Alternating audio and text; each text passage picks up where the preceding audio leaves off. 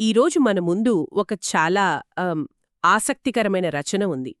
Corporate ట్రైనింగ్లో దాదాపు 30 ఏళ్ల అనుభవం ఉన్న వెంకటరమణ విజ్ఞానమిత్ర గారు తన కెరియర్ను వెనక్కి తిరిగి చూసుకుంటూ కొన్ని విషయాలు పంచుకున్నారు. ఈ రచనలో నన్ను వ్యక్తిగతంగా ఆకట్టుకున్న విషయమేంటంటే, ఇంత విజయం తర్వాత కూడా ఒక వ్యక్తి తన ప్రయాణాన్ని గర్వంగా కాకుండా ఒక ప్రగాఢమైన కృతజ్ఞతతో చూడటం. ఈ ఆలోచనను కొంచెం లోతుగా చర్చిద్దాం. అవును. సాధారణంగా ఇంత అనుభవం ఉన్నవాళ్ళు వాళ్ళ విజయాల్ని, వాళ్ళ నైపుణ్యాల్ని ప్రదర్శిస్తారు కదా. అవునండి. కానీ ఇక్కడ రచయిత పూర్తి భిన్నమైన మార్గాన్ని ఎంచుకున్నారు. తన విజయం తనది కాదు, తను కేవలం ఒక మాధ్యమం మాత్రమే అని చెప్పడం నిజంగా అసాధారణం. సరిగ్గా అదే పాయింట్. వారు రాసిన ఆ మాట, నేను కేవలం ఒక సాధనాన్ని మాత్రమే అని, వినడానికి చాలా వినయంగా ఉంది. కాని నిజ జీవితంలో, ముఖ్యంగా కార్పొరేట్ ప్రపంచంలో ఇది కొంచెం నిష్క్రియాత్మకంగా అనిపించదా? అంటే మన విజయానికి మనమే కారణం కాదన్నట్టా? కొందరు ఇది బాధ్యత నుండి తప్పించుకునే మార్గమని వాదించవచ్చు కదండి. ఇది చాలా ముఖ్యమైన ప్రశ్న అడిగారు. దీన్ని మనం నిష్క్రియాత్మకంగా కాకుండా ఏమంటాం? అహంకారం లేని చురుకుదనం అని చూడాలి. అహంకారం లేని చురుకుదనం. అవును. రచయిత ఉద్దేశమేంటంటే, విజయం వచ్చినప్పుడు ఇది నా గొప్పతనం అని పొంగిపోకుండా, నా ద్వారా ఈ పని జరిగింది అని ఒక రకమైన ప్రశాంతతతో ఉండటం. ఇక్కడ సాధనమంటే బాధ్యతారాహిత్యం కాదు, అహంకార రాహిత్యమన్నమాట. Okay okay. ఉదాహరణకి, ఒక సర్జన్ ఆపరేషన్ విజయవంతమయ్యాక నా నైపుణ్యం గొప్పది అనుకోవచ్చు, లేదా నా ద్వారా ఒక ప్రాణం నిలబడింది అని కృతజ్ఞతతో ఫీలవ్వచ్చు. రెండిట్లోనూ నైపుణ్యం, బాధ్యత ఉన్నాయి.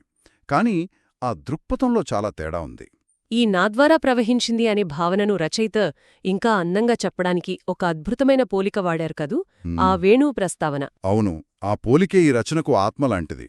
నిజమే. ఒక ట్రైనింగ్ సెషన్లో ట్రైనర్ ఒక క్లిష్టమైన ప్రశ్నకు వెంటనే అద్భుతమైన సమాధానం చెప్పినప్పుడు అది తన సొంత తెలివితేటల నుండి వచ్చిందననుకోవచ్చు. కాని ఈ రచయిత దృక్పథంలో ఆ క్షణంలో సరైన మాటలు, సరైన ఉదాహరణ తన ద్వారా పలికించబడ్డాయని భావిస్తారు. అంటే ఆ స్ఫూర్తి తనది కాదన్నట్టు. కరెక్ట్.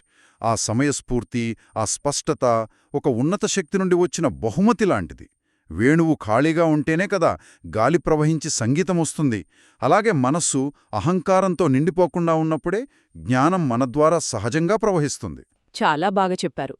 ఈ ఆలోచనా సరళిని కొనసాగిస్తూ రచయిత తన పనిని కృష్ణుడి పద్మపాదాల వద్ద సమర్పిస్తున్నాను అన్నారు. చివర్లో కృష్ణార్పణమస్తు అని కూడా ముగించారు. అంటే కేవలం దేవుడికి ధన్యవాదాలు చెప్పడమేనా, లేక దాని వెనక ఇంకా లోతైన అర్థముందా? ఇది కేవలం థ్యాంక్స్ చెప్పడం కంటే చాలా ఎక్కువండి. కృష్ణార్పణమస్తు అంటే ఈ పని, దాని ఫలితం, దాని నుండి వచ్చే కీర్తి అన్నీ కృష్ణుడికే అర్పితం. ఓ. దీనివల్ల ఫలితం ఎలా ఉన్నా, అది మంచిదైనా చెడ్డదైనా వ్యక్తిగతంగా తీసుకోకుండా ఉంటారు అన్నమాట. అర్థమైంది. ఒక ప్రాజెక్టు విజయవంతమైతే అహం పెరగదు, విఫలమైతే కుంగిపోరు. ఇది పనిమీదే పూర్తి దృష్టి పెట్టడానికి సహాయపడుతుంది, ఫలితం గురించిన ఆందోళనను తగ్గిస్తుంది. అంటే ఒక రకంగా ఇది మానసిక స్వేచ్ఛను ఇస్తుంది. ఖచ్చితంగా. పనిని పూజలా చేయడం లాంటిదే ఇది. ఇక చివరగా రచయిత తన 3 కోరికల గురించి చెప్పారు. నిరంతర అభ్యాసం, అహం నశించడం, మరియు సేవయే పరమావధిగా ఉండటం. ఈ 3 ఒకదానికొకటి ఎలా ముడిపడి ఉన్నాయి? మనం ఇంతకుముందు చర్చించుకున్న విషయాలకు ఇదొక ముగింపులా అనిపిస్తోంది నాకు. అవును, ఈ 3 కోరికలు ఒకదానికొకటి అద్భుతంగా ముడిపడి ఉన్నాయి. చూడండి, అహమున్నంత వరకు మనం నిజంగా నేర్చుకోలేం. నాకు అన్నీ తెలుసు అనే భావన కొత్త విషయాలు నేర్చుకోకుండా అడ్డుపడుతుంది. నిజమే. అహం నశించినప్పుడే వినయం వస్తుంది. అప్పుడే అసలైన అభ్యాసం మొదలవుతుంది. అలా నేర్చుకున్న జ్ఞానాన్ని స్వార్థానికి కాకుండా ఇతరులకు సేవ చేయడానికి ఉపయోగించినప్పుడే ఆ వృత్తికి ఒక సార్థకత, ఒక పరమార్థం వస్తుంది. అవును. ఇది ఒక వృత్తిని కేవలం ఉద్యోగం నుండి ఉన్నతమైన సేవగా మారుస్తుంది.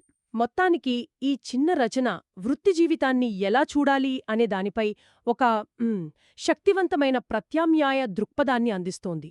విజయమంటే పదోన్నతులు, జీతాలు మాత్రమే కాదు, అది వినయం, సేవ మరియు నిరంతర అభ్యాసంలో ఉందని చెబుతోంది. అవును, ఇది శ్రోతలు ఆలోచించడానికి ఒక మంచి ప్రశ్నను కూడా మిగిల్చింది. రచయిత ఈ దృక్పథాన్ని 3 దశాబ్దాల అనుభవం తర్వాత కనుగొన్నారు. ఒకవేళ ఎవరైనా తమ వృత్తి జీవితం చివరన కాకుండా ప్రారంభంలోనే ఈ సాధనం అనే మనస్తత్వాన్ని అలవర్చుకుంటే వాళ్ల ప్రయాణం, వారి విజయాలు మరియు వారి మానసిక ప్రశాంతత ఎంత భిన్నంగా ఉండవచ్చు.